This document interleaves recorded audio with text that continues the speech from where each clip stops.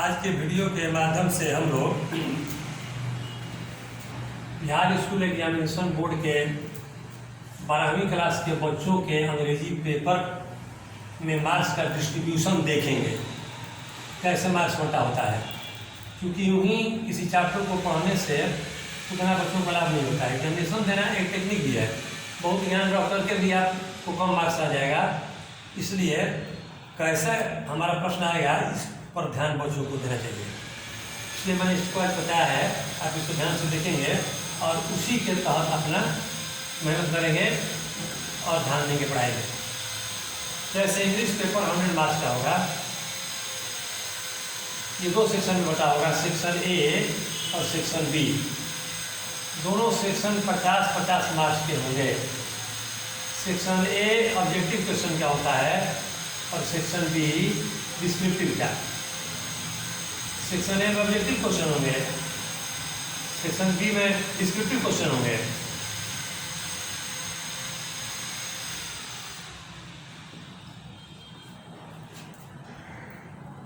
अब objective 50 question होंगे, उसके बारे में सुनिए कैसे होंगे। नंबर ऑफ क्वेश्चन 60 होगा, आपको 50 का आंसर देना होगा, 10 को छोड़ देना होगा। वही लिखा हुआ है, नंबर 50 क्वेश्चन है to be answered.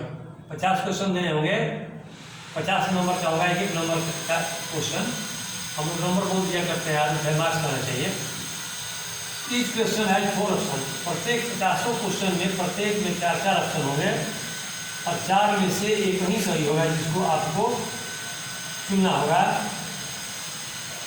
36 question grammar से होंगे और 24 क्वेश्चन टेक्स्ट बुक से होगा। 36 और 24 60 हो जाएगा, क्वेश्चन 60 रहेंगे। इस 36, 24, 60 इसमें से आप कोई 10 छोड़ सकते हैं, 50 का आंसर दे सकते हैं। और 36 क्वेश्चन ग्रामर का होगा और 24 क्वेश्चन टेक्स्ट बुक से होगा। 2009 के पहले बिहार स्कूल एग्जामिनेशन बोर्ड में 21 नंबर के ग्रामर से क्वेश्चन आते थे, इन 7 टॉपिकों से। ये 7 टॉपिक आपको पढ़ने की जिसको अंत में लिख दिया था। अब क्वेश्चन के स्टाइल में अंतर हो गया, इसलिए केवल इसी 7 टॉपिक से नहीं होगा, अन्य जगह से भी क्वेश्चन देता है। जैसे शब्दों का स्पेलिंग टेस्ट करने के लिए दे देता है, इसलिए केवल इतना ही देखने से नहीं होगा। अंग्रेजी अच्छी होगी तब आप सभी क्वेश्चन का उत्तर कर पाएंगे। ध्यान रखें, 60 में 10 को छोड़ देना है। 36 ग्रामर और 24 टेक्स्ट बुक से होगा। सभी ऑब्जेक्टिव होंगे, ग्रामर से हो चाहे टेक्स्ट बुक से हो। अब टेक्स्ट बुक कौन कौन आपको पढ़ने हैं, तो रेनबो पार्ट 2 पहला किताब है, इसमें प्रोज और पोइट्री होगा। इस किताब में पहले भी मैं बताया था कि किताब प्रोज पोइट्री सिलेक्शन है, तो प्रोज से भी 8 मार्क्स का, पोइट्री से भी 8 मार्क्स का, और दूसरा बुक जो होगा उसका नाम है स्टोरी ऑफ इंग्लिश, इसमें भी 8 मार्क्स का। 8, 8, 16, 8, 24 मार्क्स का जो क्वेश्चन होगा टेक्स्ट बुक से होगा।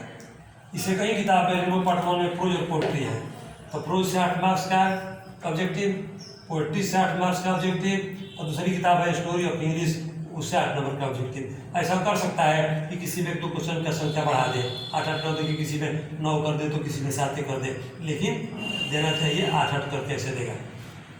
अब आप इसको समझ गए। अब सेक्शन बी को देखिए आप।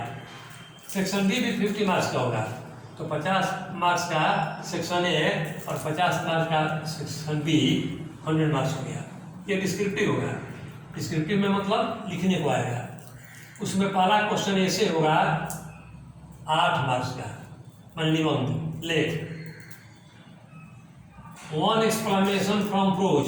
प्रोज में से जो आपको प्रोज 11 पढ़ने हैं, आप अपने टेक्स्ट बुक के कंटेंट में आप देखेंगे, उसमें से एक तो एक्सप्लेनेशन लिखने को रहेगा, देगा 4 या 3 या 5 भी दे सकता है, और लिखना रहेगा आपको एक तो इसलिए लिखा गया 1 एक्सप्लेनेशन फ्रॉम प्रोज, लिखना है 4 नंबर का, लेकिन रहेगा अधिक, उसमें से आपको लिखना होगा, लाइन देगा।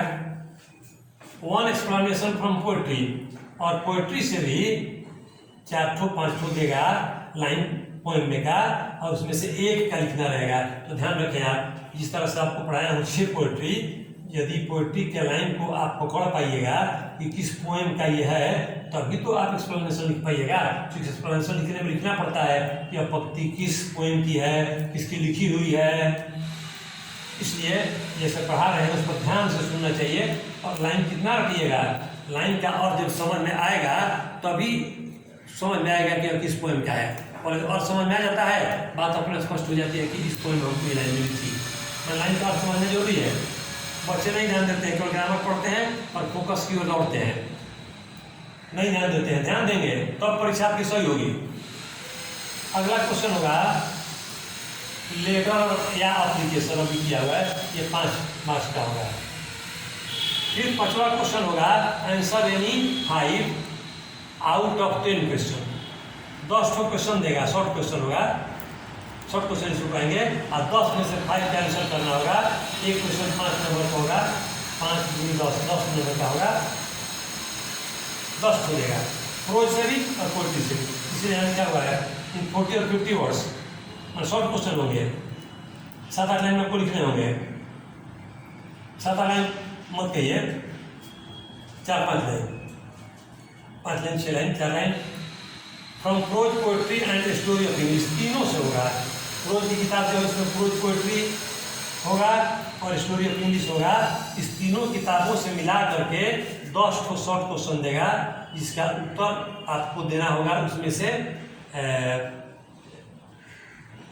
5 का, और उत्तर देने होंगे 40 से 50 वर्ड में, माने 5-6 वाक्यों में। अगला 6वां क्वेश्चन होगा आंसर एनी 3 का उत्तर दीजिए 100 to 125 वर्ड्स में।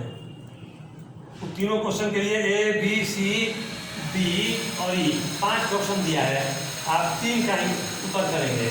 A, B, C, D, E में से किसी 3 का। आपके सबसे आसान ये होगा, इधर दिया होगा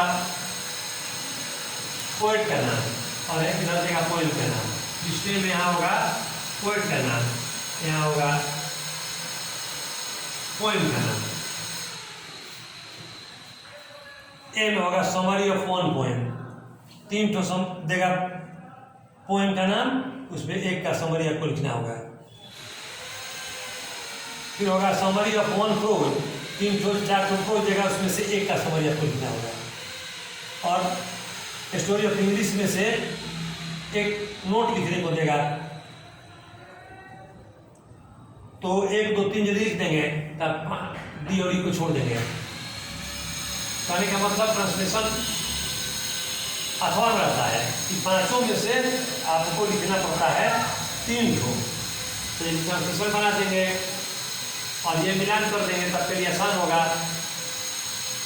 अगला ट्रांसलेशन में ओनली 5 आउट ऑफ 8 और 10 सेंटेंसेज, 8 और 10 सेंटेंस देगा, उसमें से केवल 5 बनाने होंगे।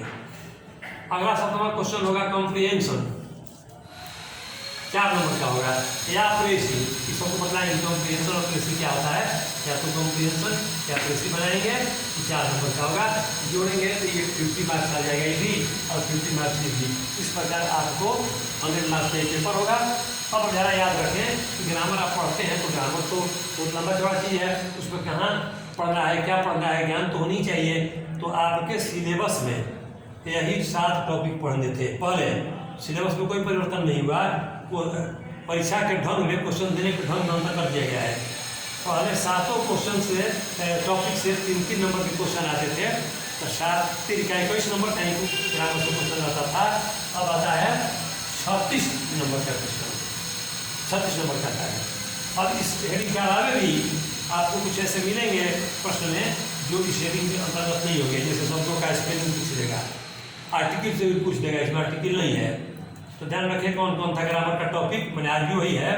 Tense, voice, narration, transformation, modal, auxiliary और सिंथेसिस पढ़ना है और इडियम सेंटेंस पढ़ना है। हम लोग टेंस को स्टार्ट करके पॉइंट पर थोड़ा छोड़ दिए थे।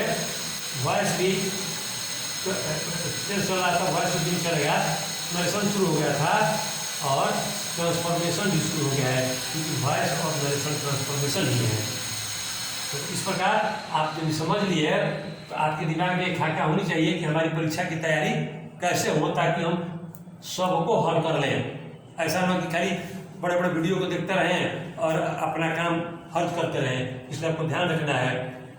हम यहाँ पर हैं अभी रेनबो पार्ट 2 में पोइट्री मार्क्स का जो ऑब्जेक्टिव क्वेश्चन आएगा। 10 ठो पोएम आपको पढ़ने हैं। पोइट्री खंड में 10 पोइट्री है, 6 ठो बता चुका हूँ। यदि उसमें से लाइन आप पकड़ लीजिएगा कि किस पोएम का है, किसका लिखा हुआ है, तभी आपका क्वेश्चन सही होगा। उससे भी क्वेश्चन आएगा कि किस पोएम का है, क्या लाइन किसकी लिखी हुई है। इसलिए इसको ध्यान से पढ़ना चाहिए ना कि केवल ग्रामर के टॉपिक को देखें और किताब को ना देखें तो मार्क्स अच्छे नहीं आएंगे परीक्षा में। यही चीज़ है। Thank you. अगले वीडियो में